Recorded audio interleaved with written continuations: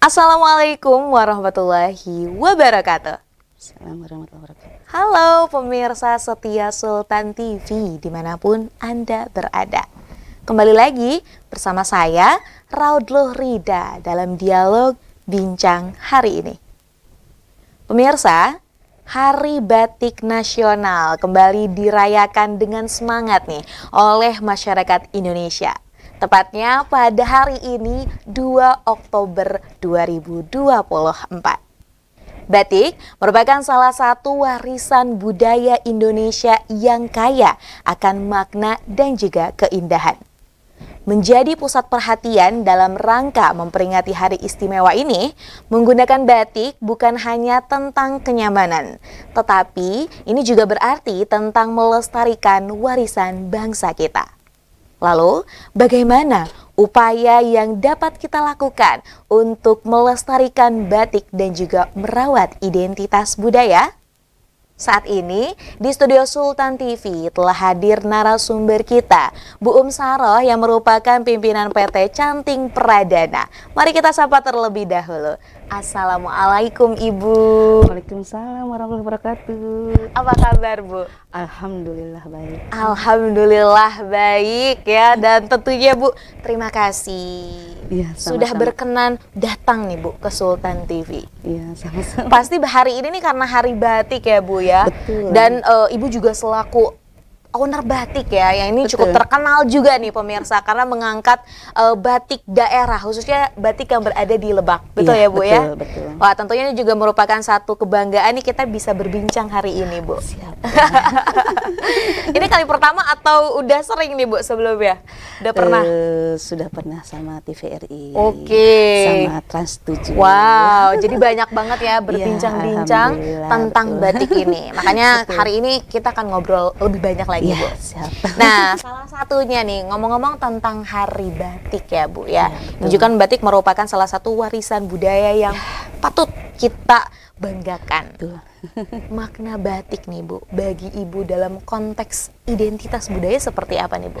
Kalau makna batik itu yaitu kan batik itu kan simbolis ya, dan juga mempunyai nilai estetika yang sangat tinggi bagi masyarakat Indonesia seperti itu. Itu makna batik Ya, Bu? betul. Seberapa cinta sih Bu Ibu dengan batik? Kalau seberapa cinta sulit diungkapkan. Waduh, kenapa nih, Bu? Karena gini, batik itu kan merupakan warisan budaya ya, dan juga kita patut berbangga bahwa sebagai bangsa Indonesia dari leluhur kita itu ya, bahwa Indonesia itu punya sebuah batik dan punya sebuah warisan budaya yaitu batik seperti itu. Wah, jadi memang kalau tadi yang Ibu sampaikan makna batik itu sebenarnya ada dalam sekali ya Bu. Ya, betul. Dan merupakan salah satu warisan budaya Indonesia. Ya, tidak ternilai. Tidak ternilai, betul. Betul. Nah, tapi ngomong-ngomong tentang batik ya Bu, sekarang juga kan mode fashion ini makin maju. Ya. Mengapa sih Bu kita tuh penting nih harus melestarikan batik? Dalam pandangan Ibu bagaimana? Batik kan merupakan budaya dan warisan ya. Kita sebagai bangsa Indonesia, terutama kita sebagai penerus ya.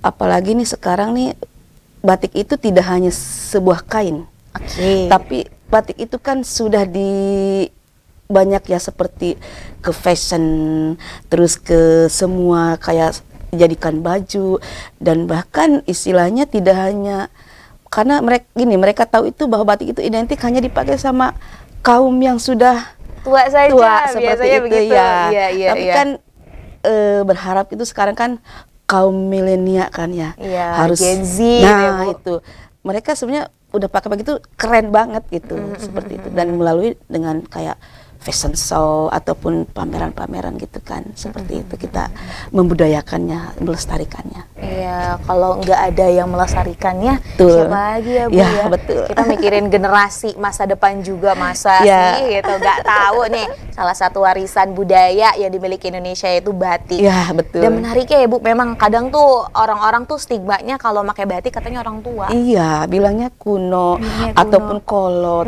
Padahal kan secara sekarang batik itu tidak hanya bentuk kain. Iya. Jadi mereka-mereka itu sekarang kan banyak desainer-desainer yang istilahnya malah batik itu istilahnya luar biasa di modifikasi, betul. Jadi kalau mereka yang sudah bisa berinovasi ya keren sekali gitu. Dan banyak sekali desainer yang melirik itu ke batik-batik yang buat dijadikan fashion gitu. Seperti itu. Jadi kalau dulu mah biasanya kan kayak potongan batik tuh ya udah gitu aja lurus.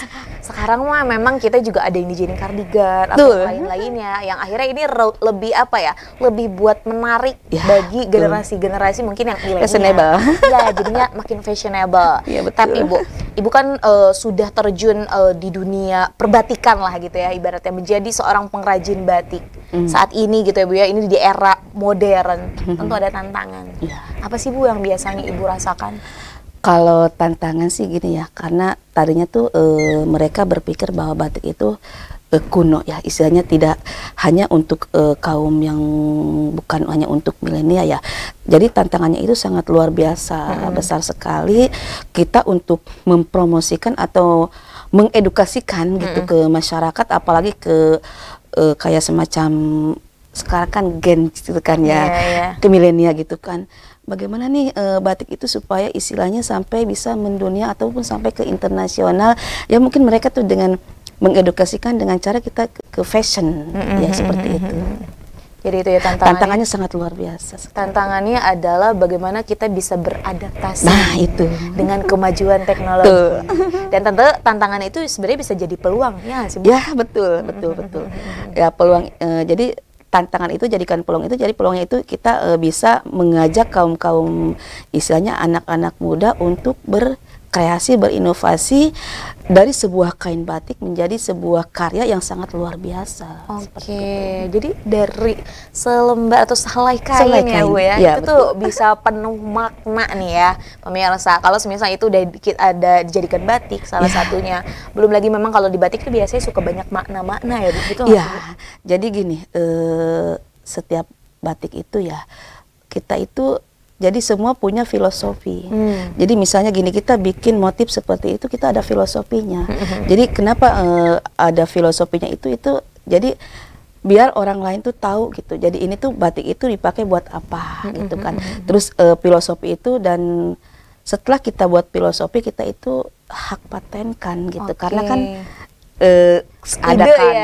ada kan kejadian waktu batik itu mau diakui sama negara lain, diklaim ya Bu, itu seperti itulah. Jadi kalau kita sudah punya hak paten masalah tentang batik ya, orang tidak akan bisa gitu untuk mengadopsi ataupun membuat desain yang punya karya kita sendiri. Iya. Makanya itu menjadi salah satu keunikan batik juga. Betul, ya Bu ya, ngomong-ngomong tentang batik. Nah, lalu berbicara tadi tentang melestarikan ya Bu ya. Sebenarnya kan melestarikan, melindungi itu bukan hanya tugas para pengrajin batik saja. Betul. Tapi juga tugas masyarakat, terus tugas pemerintah juga ya. Nah, menurut Ibu, bagaimana sih Bu harusnya nih pemerintah, masyarakat itu berperan dalam melindungi dan juga mempromosikan batik? Sebagai pengrajin batik ya, kebetulan di Banten kan kita 8 kota dan kabupaten, dan semua juga sudah punya masing-masing ya.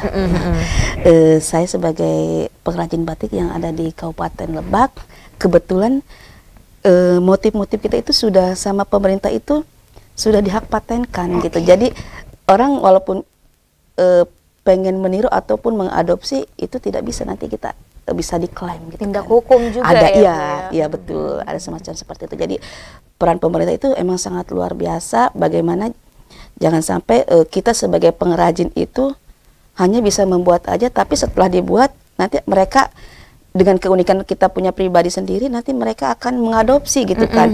Nah, jadi pemerintah itu emang harus lebih peka gitu kan. Ya dengan cara itu memberikan sebuah payung hukum seperti itu. Oke, itu merupakan salah satu perannya pemerintah ternyata. Dan ini memang sangat penting sekali ya Bu, di tengah kemajuan teknologi gitu kan. Apalagi tadi salah satunya ada AI ya Bu ya. Kita tuh gampang banget mau minta sesuatu gitu, atau salah satunya juga tadi kalau mau minta desain juga ternyata bisa. Dan kalau tadi ya ada banyak sekali pengrajin batik yang hebat, tapi desainnya diklaim sama orang lain, itu kan juga merupakan salah satu kemunduran dan juga kerugian ya Bu ya. Betul. Dan alhamdulillah memang kalau untuk Ibu sendiri sudah bekerja sama dengan pemerintah dalam hal itu ya Bu? Alhamdulillah sudah dengan pemerintah tempat. Pemerintah setempat jadi punya peran penting pemirsa. Nah Bu, kita akan break sejenak.